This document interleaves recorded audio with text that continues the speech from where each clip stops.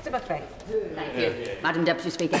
Can the Minister tell the House, is there any truth in the claims that the delays in the government adhering to the humble address motion is because there are cabinet ministers refusing to hand over their mobile phones because of the messages they have in them with Mandelson and the embarrassment that it will cause them?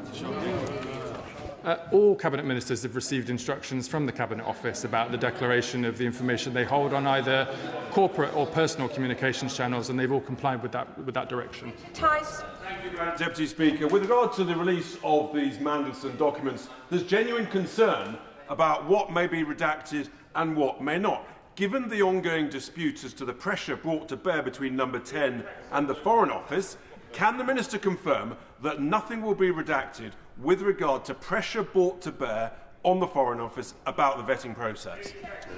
Redactions are done in line with the policy I've set out previously. Dr Ciara Mullen. Thank you, Speaker. I have to say politely, the Minister's overly sincere, butter wouldn't melt in his mouth acts beginning to wear thin.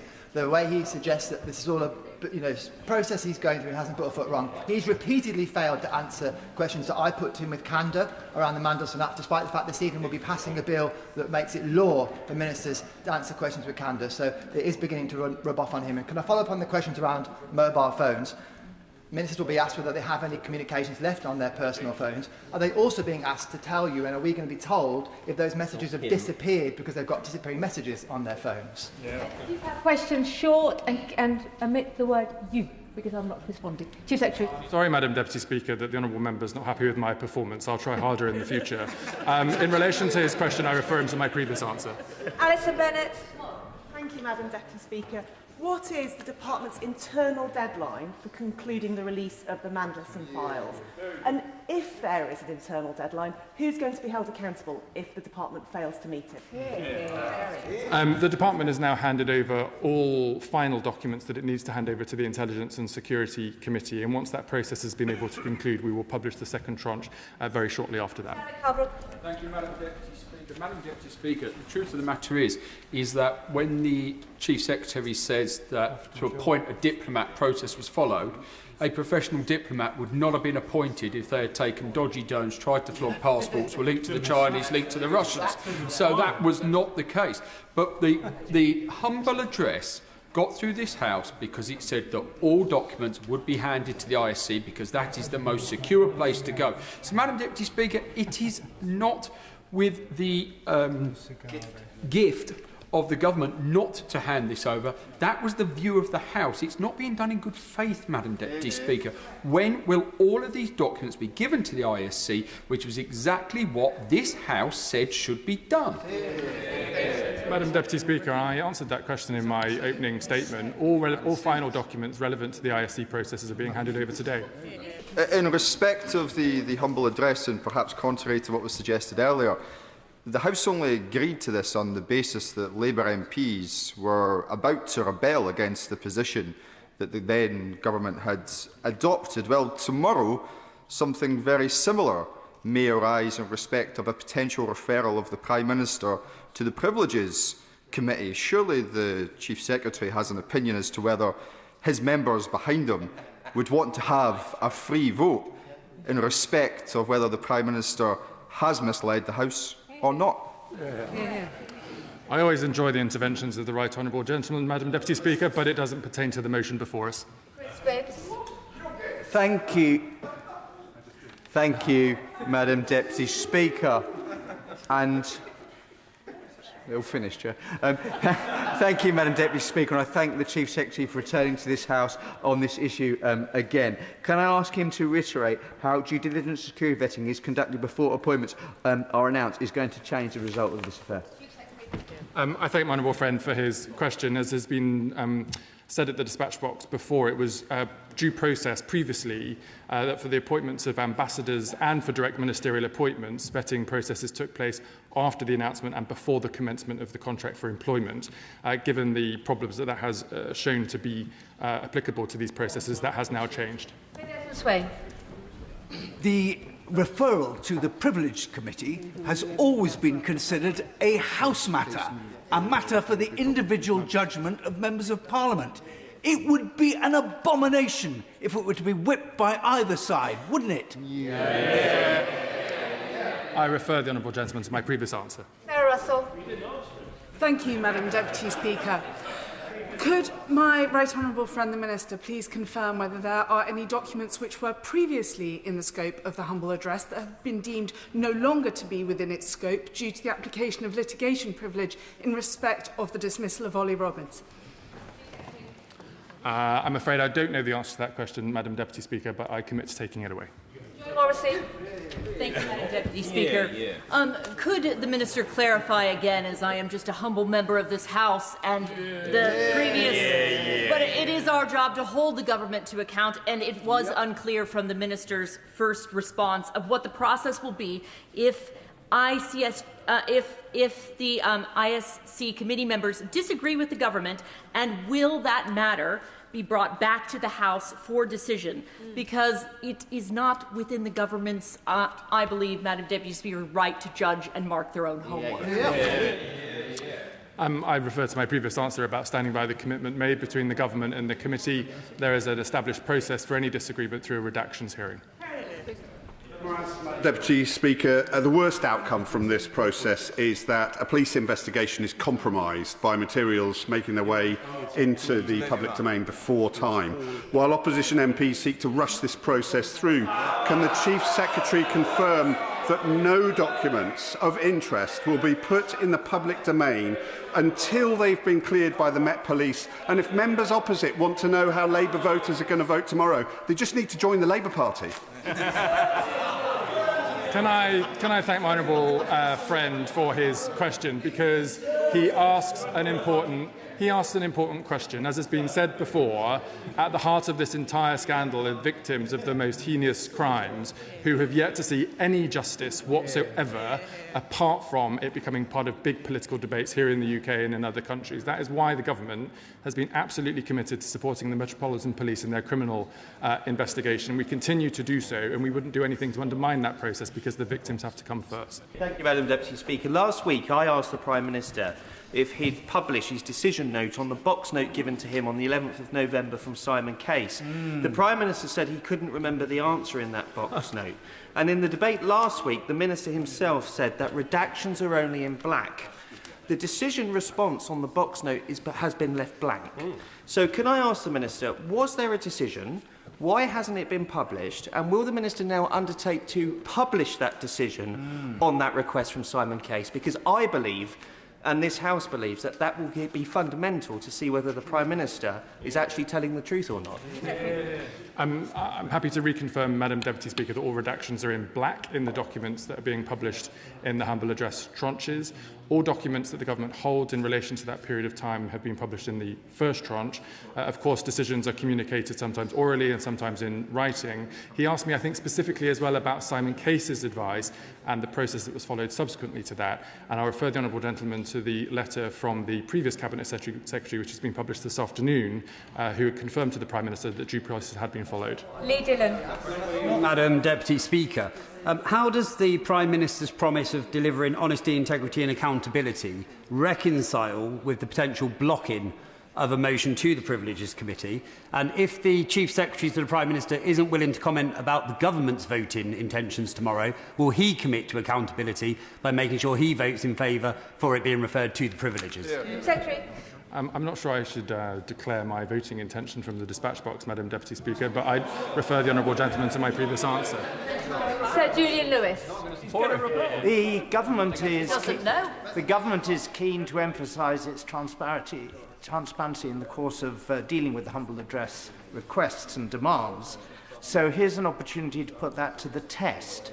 Last Tuesday, I put down a question for written answer by the Prime Minister, and it was accepted and published as such by the Table Office, to ask the Prime Minister who first suggested to him that Peter Mandelson should be appointed as Ambassador to the United States. Subsequently, it has been transferred to the Cabinet Office, for which he has responsibility. It's due to be answered tomorrow. Will he give the answer to that question tomorrow, on time, and substantively. The Chief Secretary's responsibilities are just growing and growing. Chief Secretary. Deeply grateful, Madam Deputy Speaker. I always make sure I honour parliamentary questions in a timely fashion. Shannon. Oh, thank you, Madam Deputy Speaker. Can I, the Minister, I thank the Minister for his statement. The Minister's a decent and honourable man. However, I have to ask these questions. With phone calls to my office only this morning from my Strangford constituents expressing their dismay at governmental cover-up, whilst my constituents' bank account comings and goings are questioned with withdrawals, saying clients being asked what the money is from and for.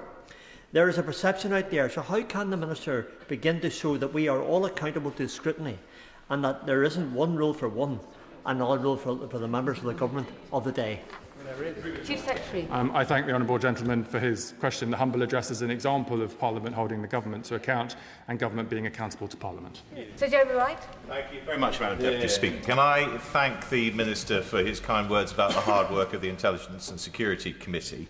I know he will recognise and want to reflect with the House that we cannot work any faster than the documents when they are given to us by the government. And because the last of them, as he said, is being given to us today, this process will not be complete by prorogation as perhaps it should have been. Can I raise with him, though, 2 points which are of concern in what he has said to us this afternoon? The first is in relation to redaction, and he's made it clear that the government intends to redact for reasons beyond the humble address exemption related to international relations and national security. He's described that as the names of junior officials, personal information or legally privileged information. I put to the Leader of the House on Thursday that the document the government has produced describing its approach to redactions is substantially wider than that. It says it may also be necessary for the government to make further redactions in future publications based on other public interest principles, including but of course not limited to, commercially sensitive information. So will the Minister please, either today or in writing, explain clearly on what grounds the government intends to redact these documents? And if, as I suspect, some of the grounds the government proposes to redact on are beyond the scope of the humble address, will he confirm the government must return to this House and seek consent so to do? And with your indulgence, Madam Deputy Speaker, the final point is in relation to redaction also. He has said in his statement that the government will not publish information which undermines or threatens our country's national security or international relations. As he knows, in accordance with the process agreed, it will be for the Intelligence and Security Committee to determine those questions, not for the government, won't it? Can I thank the Right Honourable Gentleman for his question and just confirm that the government shares the view that it is not the fault of the Intelligence and Security Committee that documents are not yet ready to be published, but we hope will be so shortly after the state opening of Parliament. He asked me a specific question on redactions policy. I refer to my earlier answer, but he did ask me some specific questions which I will commit to seeking further advice on and returning to the dispatch box. I hope the Right Honourable Gentleman in the House knows that my intention from the beginning of being asked to do this process is to ensure proper transparency with Parliament, which I and the government take very seriously. And if there's any suggestion of that being to the otherwise, I will answer questions to that here at the dispatch box. In respect of his second question, which now has fallen out of my mind. You'll forgive me, Madam Deputy Speaker. Just to confirm, it will be the ISC that will determine redactions on the basis of international relations and national security. Please, Madam Deputy Speaker. I can confirm that the government's agreed process with the committee stands. Thank you, Mr. Speaker, and I'd like to thank the Chief Secretary to the Prime Minister for advance side of his statement and for taking the statement himself. It's it's good of him not to delegate. This was not his mess. His mess was the 2024 budget, but I'm afraid that this is now his mess to clear up. And I have to say to him, where are the documents? The humble address was nearly 12 weeks ago. I remind him that the House on that occasion asked for a huge range of things: the due diligence document that was passed to number 10, the conflict of interest form, the material the FCDO and the Cabinet Office provided to the UK security vetting about Peter Mandelson, papers for and minutes of meetings relating to the decision to appoint Lord Mandelson, electronic communications, and so on and so on. Where are they? Since February, the government has asserted that it is working with urgency, that it's doing what it does, and everything will be available very shortly. that it is working, at least reassuring of government phrases, at pace, and that today's favourite, that the information will be available as soon as possible.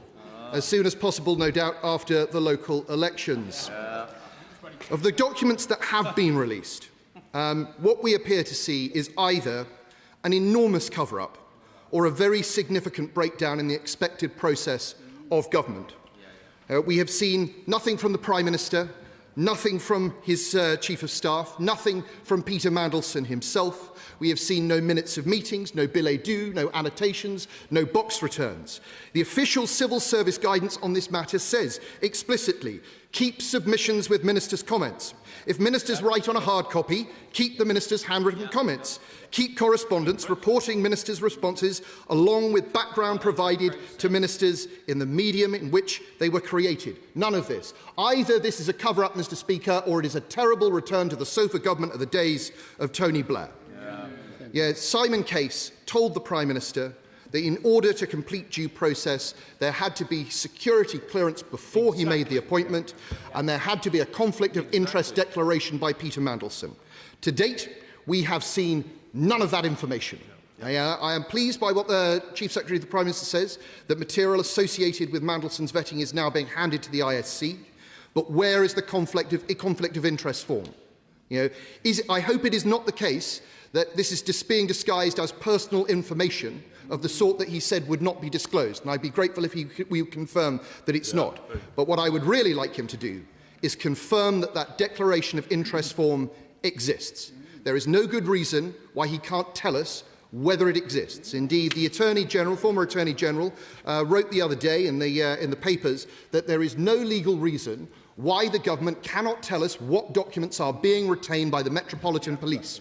There should be a catalogue of all documents that exist, even if the House can't look at them. We should be allowed to know what is out there. We should be allowed to know what will come to us in due course. The titles of documents will themselves not prejudice a trial. On the Chief Secretary to the Prime Minister's words today, he talks about he's talked about the non-disclosure of personal information. I say, please tell us about the conflict of interests form and whether Peter Mandelson's personal information is considered to be in scope of that ruling. On redactions, will he please set out what the government's precise approach to redactions is vis-à-vis the documents that will be given to this House rather than the ISC? It will be useful to understand his thinking. On electronic communications, despite this being in the humble address on the 4th of February, I understand from the Cabinet Secretary who wrote to me at the weekend that there was no instruction to hand over non-corporate comms until the 13th of March, about 5 weeks later. Why this delay? Is he confident that no material was deleted in the short term, in that 5-week period? How can he be sure?